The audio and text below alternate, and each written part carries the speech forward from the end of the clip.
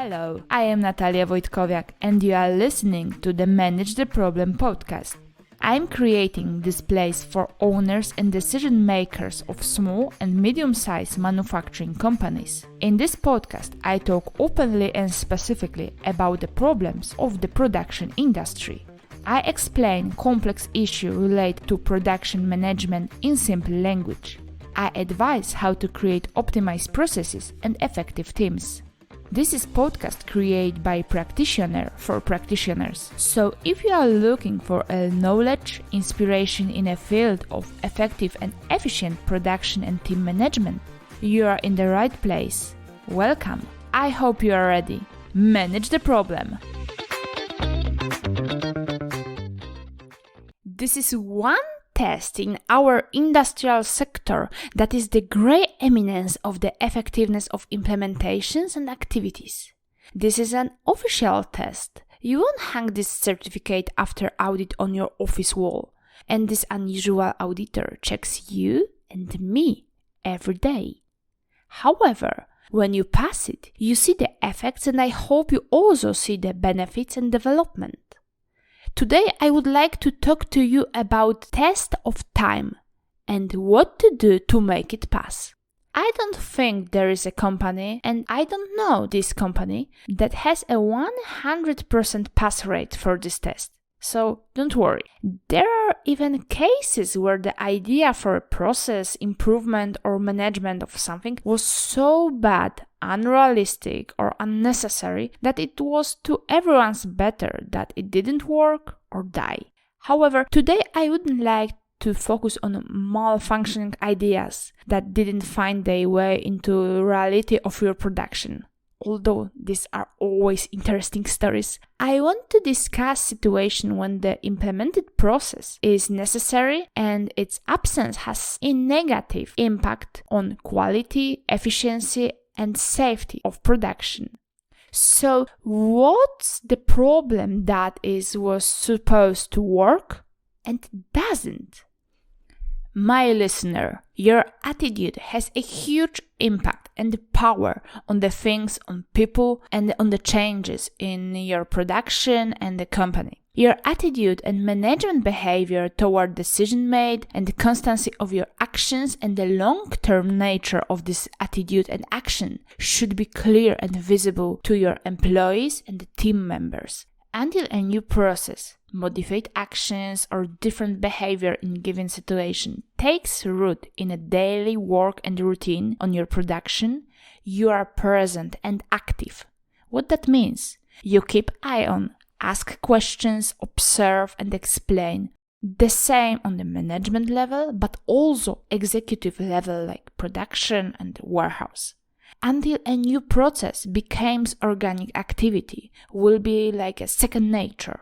I don't wanna theorize too much, so let me go back to the project I led in which the management showed a very good and committed attitude.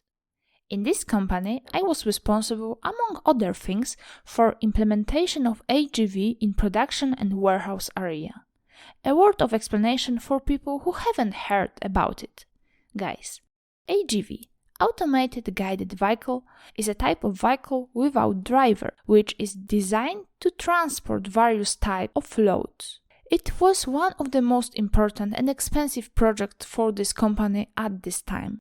Its aim was to reduce a large group of forklift operators, improve the flow of components between warehouse and workstations, increase the automation and efficiency of this area, and reduce downtime in production and increase the ergonomics and safety of operators. And these are just a few of long list of expectations from this project. The task wasn't easy, so there was a lot to do. But why I led this project? I wasn't alone in implementing it.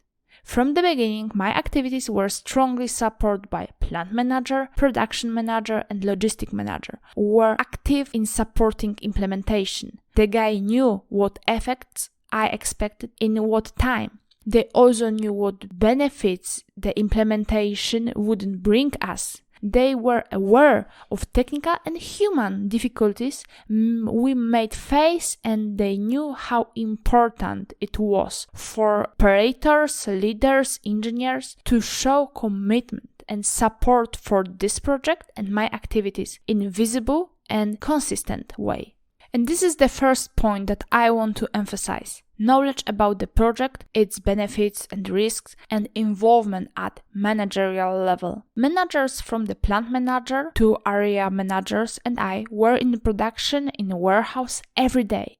The closer it was the day of testing the equipment and the day when the HGV started, the more often, more precisely, extensively and officially there was talk about this project, about working with the train, about changes and the new rules. The topic was discussed both at the official meetings and in everyday conversations.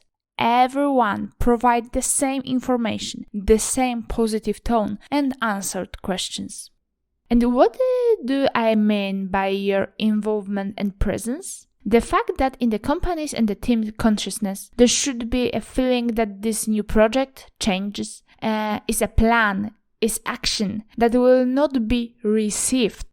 In large corporations and small companies, it was often felt that the new changes and projects were perceived as boss whim and a storm in a teacup that everyone would forget about in 1 month.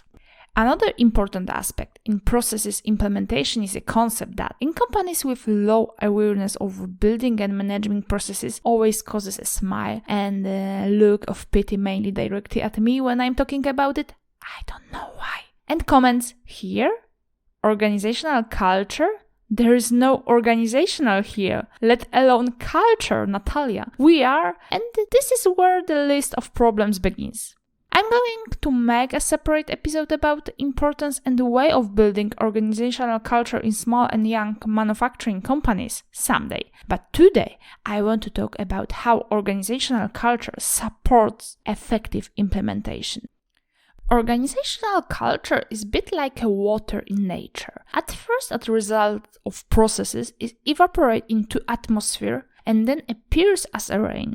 But whether it will be irrigation, good rain, or downpour, acid rains, depends on what processes, activities, and motivation it comes from.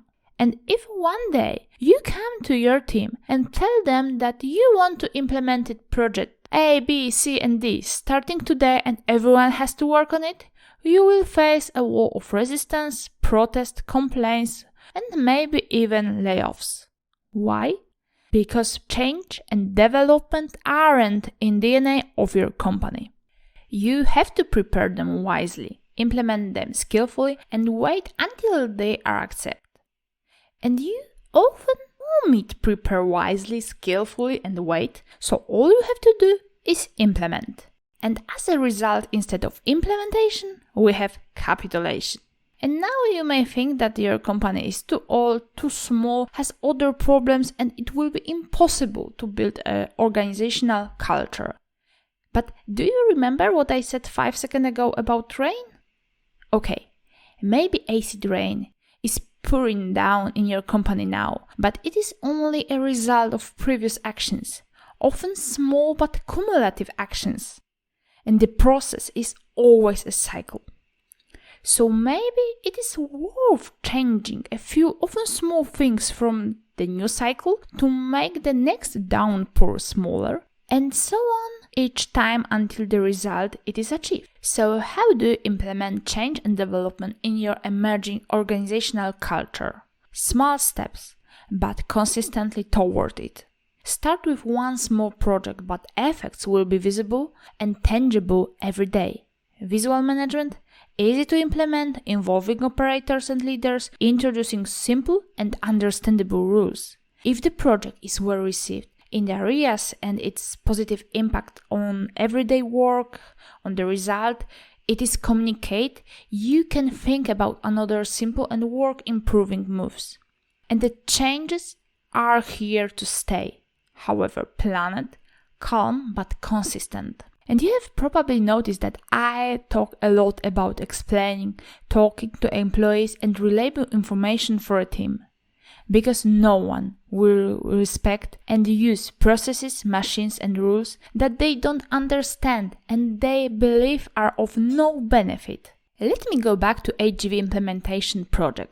One of my assumptions was the introduction of these vehicles into the production area would be known to everyone and even expected. And so it was. And I can even say more. It was important for me that everyone knew that safety rules appear in a cooperation with HGV, and more importantly, what benefits they will bring to operators, not to the company's finances and logistic processes, because although this is important for me and you, it isn't the most important for operators.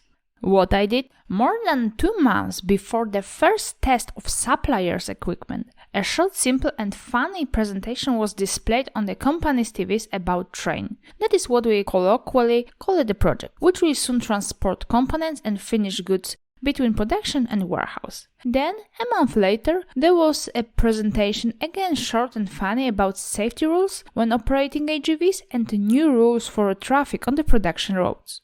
Also at this time, there was a presentation showing the benefits that HGV will bring to operators and warehouse workers. That they will work be easier and safer, that they will not have to use forklifts and carry heavy boxes with components, that they will have more space at the workstation because it was huge a problem. A better organized warehouse, and they will have fewer and lighter duties. In this presentation was everything what is interesting and important for operators and warehouse workers. Did it work? Yes! To bring the topic even closer of operators, warehouse workers and production leaders, a week before first day of HGV work in the production, I organized a meeting for each shift during we discuss in detail operation of the train. I explain how the benefits of working with HGV for operators translate into benefits for company, and HS engineer remind the rules of safety and the work with this machine. I must also add that the production manager was present at each meeting, even though the meeting was in English and he didn't understand much of it. Do you think these actions were unnecessary? Do you think it's a waste of time and money? To convince you that these information processes were for the good, I will tell you that even though I haven't been working in this company for years, my colleagues told me that so far there has been no accident with HGV, and so far the company's employees, they are doing very well, and they remember this implementation and appreciate it in their everyday work. And the company has benefited from the project both financial and image-wise. I won't tell you colorful and sweet stories that is always easy, nice and beautiful. It's not, and you know it best. Therefore, another action that makes a new process stand the test of time is updating and improving it. Process development is important because its upgrade allows to adapt to current needs and expectations. When this is missing, the process became omitted and eventually forgotten and disappears. And I am far from trying to improve the process by force, and even believe that it doesn't bring any value to you and the company, and the process should be as simple as possible. That is why it is so important that the people working with it and who care about it are involved in creating the process, improving it, and those making your work easier. And equally important is the fact that the good ideas from improvement should be captured and implemented as quickly as possible. In building and consolidating a process, the role of people working with it is often diminished, from operator to engineer, who want to do something more and want to co-create.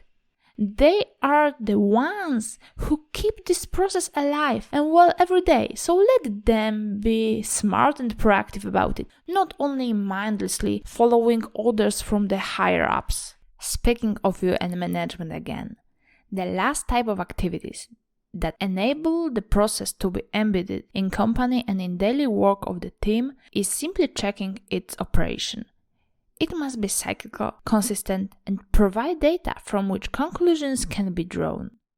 Process checking must be a process in itself, the existence and the reasons of which everyone knows and understands. And consistency is the Achilles heel of production companies.